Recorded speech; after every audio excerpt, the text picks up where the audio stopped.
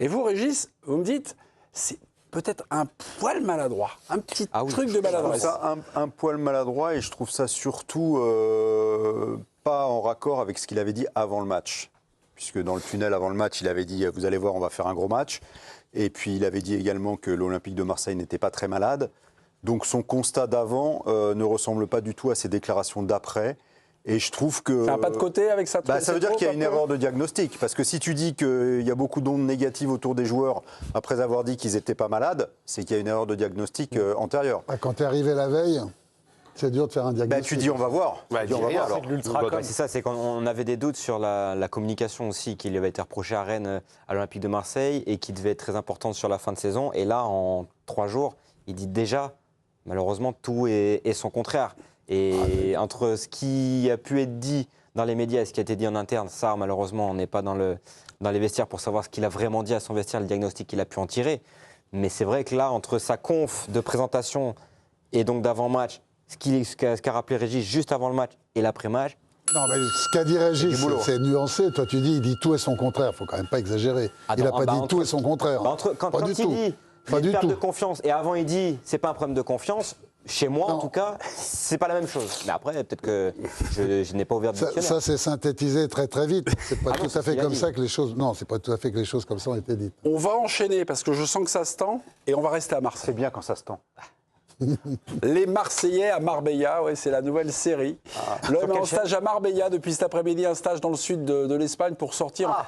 Je mets des guillemets du contexte marseillais, de la commanderie. Ils vont plus à Rome alors? Non, ils vont plus au Retiro à Rome, ils vont en Espagne. Pour Habib Beye, le nouveau coach, c'est l'occasion de s'attaquer au chantier prioritaire de l'OM. On l'a rappelé vendredi soir. Plus mauvaise défense de Ligue 1 en 2026. 16 buts encaissés donc en 7 matchs en 2026, c'est la pire. Moi, je vous ai lancé un petit défi, 3 pistes à étudier. Soit on change de gardien, adieu Rouli, soit on change de charnière, Aguerd Pavard, soit on change de sentinelle, Hochberg. Alors j'ai un duo de coach, là j'ai Thomas et Régis, qui seraient bien tentés de changer la charnière qui vous pose un peu problème. Est-ce que je peux faire juste une parenthèse très courte? Je ne pense pas qu'il va à Marbella pour soigner et refaire sa défense comme il le dit. Je pense qu'il part à Marbella pour soigner les têtes. Parce que les joueurs marseillais sont extrêmement fragiles psychologiquement. Et le meilleur moyen, c'est quand même de partir en stage pour multiplier les entretiens, connaître les joueurs, les découvrir, les rassurer, les conforter, les câliner, etc., etc. Maintenant, je pense que c'est pour ça. Alors il dit oui, je vais refaire ma défense. Je vais refaire ma défense, bien sûr. Oui. Maintenant, parlons-en, mais je pense que le contexte marbellian... Espagnol? Oui, espagnol. Faites un peu de gros. Permettre aussi aux joueurs de passer du temps ensemble. Voilà, parce qu'à la commanderie, tu dors chez toi le soir. Oui, tu vois, d'essayer de recréer du lien dans une soirée. Le lien, l'amour, tout ça. Non, mais ça marche. C'est du team building, c'est des bons coachs. Mais non, mais ça marche. Je veux dire, il y a des fois, tu as peut-être besoin non, mais tu as raison. Tu fais une soirée, tu fais une petite bordée, tu débordes un petit peu. Non, mais... En fait, le truc, c'est ce... Pardon. Ensuite, tu pars dans les... Guardiola, il y a eu une phrase ce week-end. Il a donné 3 jours à ses joueurs. C'est Daikiri, machin, videz-vous la tête. Videz-vous la tête. Mais ils se sont fait éliminer de la Coupe d'Europe dans un scénario extravagant à Bruges. Ils prennent 5-0 au Parc. Ils mènent 2-0 au PFC. Ils font 2-2. Ils mènent 2-0 contre Strasbourg. Ils font 2-2. Ils perdent 2-0 à Brest. Ils font un match pourri. Il n'y a plus un joueur qui a le niveau qu'il avait la saison dernière. Il est temps de les prendre un par un et de les réconforter, non? Oui, mais à un moment, il va falloir choisir. Là, on les câline, mais est-ce qu'il y a des changements à l'horizon? Est-ce qu'il faut changer? Moi, je veux relativiser un peu. Tu dis qu'ils font un match pourri. À part Ajorc, le meilleur joueur de Brest, c'est le gardien. La première mi-temps de l'OM, elle est pathétique, la première mi-temps de l'OM. Voilà, la première mi-temps. Ah ouais. Mais je trouve que la deuxième mi-temps, il y a ce penalty. Correct. Je trouve que la deuxième mi-temps, elle est plutôt correcte, moi. Mais c'est marrant parce que moi, je pense qu'ils n'ont pas besoin de calinothérapie. Parce que là, tout ce que j'entends, en fait, ça fait 2 ans qu'on passe notre temps à Marseille à trouver des excuses constamment aux joueurs. La saison passée, c'était les arbitres.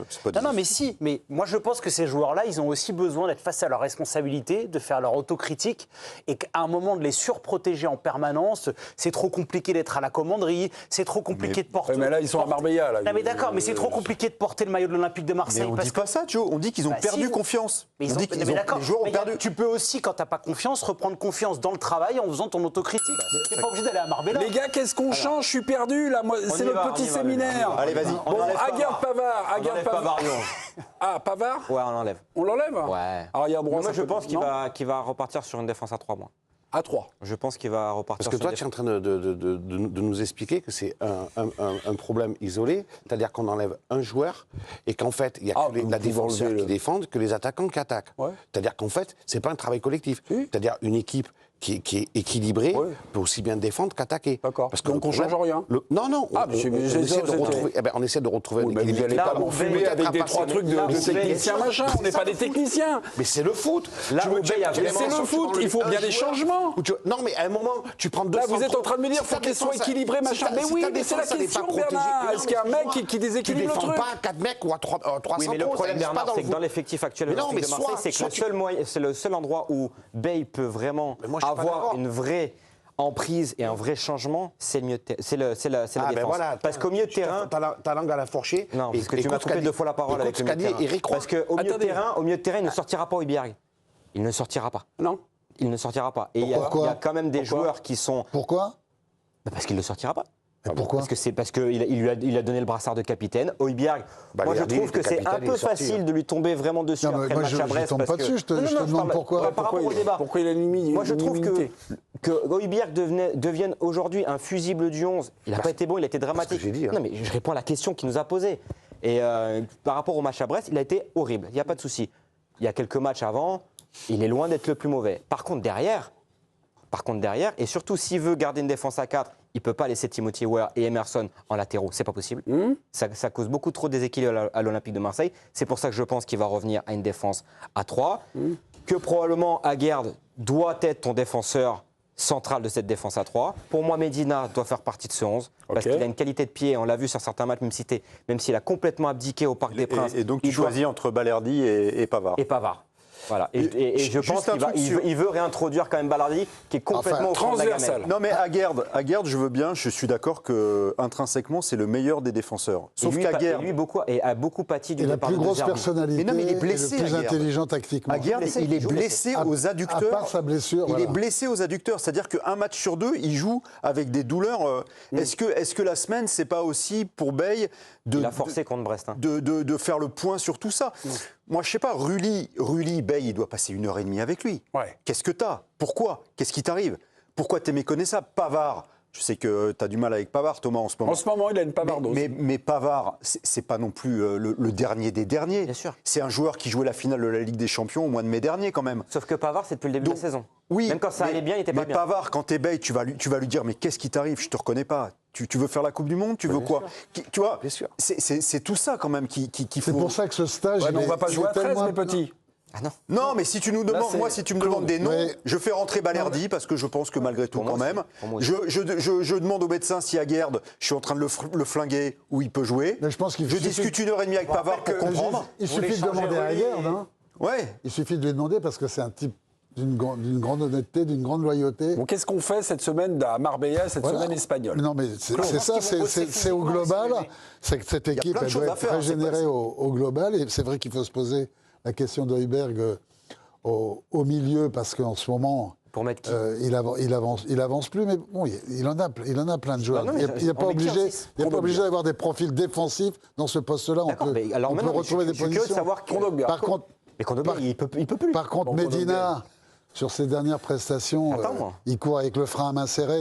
Habib, qui aime bien les joueurs qui vont vite, ça doit lui poser certains problèmes. Ouais. Ça doit lui poser des gros problèmes. Donc, bien évidemment, cette semaine va lui permettre de rencontrer les joueurs tranquillement, à longueur de journée, effectivement poser des questions, demander pourquoi Pavard.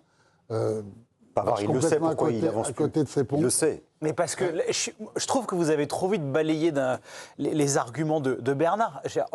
Si on prend tous les joueurs objectivement, un par un, c'est des joueurs d'une qualité bien supérieure à ce qu'ils produisent. Ce n'est pas possible que autant de joueurs et autant de creux, si ce n'est pas une responsabilité qui est collective. Dans ce qu'a dit Habib Beye, le truc le plus important à mon sens, il l'a dit 3-4 fois après match, c'est l'intensité, c'est les courses. C'est une équipe qui, avec Roberto De Zerbi, pas beaucoup, essayer d'aspirer, avait un jeu lent. C'est l'inverse déjà de ce qu'aime Habib Beye, parce que c'est quelqu'un qui aime la verticalité, les courses à vide. Et je pense que le chantier principal d'Habib Beye, c'est de faire courir les mecs plus longtemps et ensemble. Et c'est de bosser le physique. 11 matchs, c'est terminé, c'est cuit. Si les mecs sont rincés. Je ne sais pas s'ils sont rincés. Moi, j'étais pas avec les 47 préparateurs de Roberto De Zerbi. Il a raison de jouer. Il y a quelque chose qui va être mis en place physiquement sur ce stage et même après le stage. En fait, le stage à Marbella. Breaking news, c'est Thomas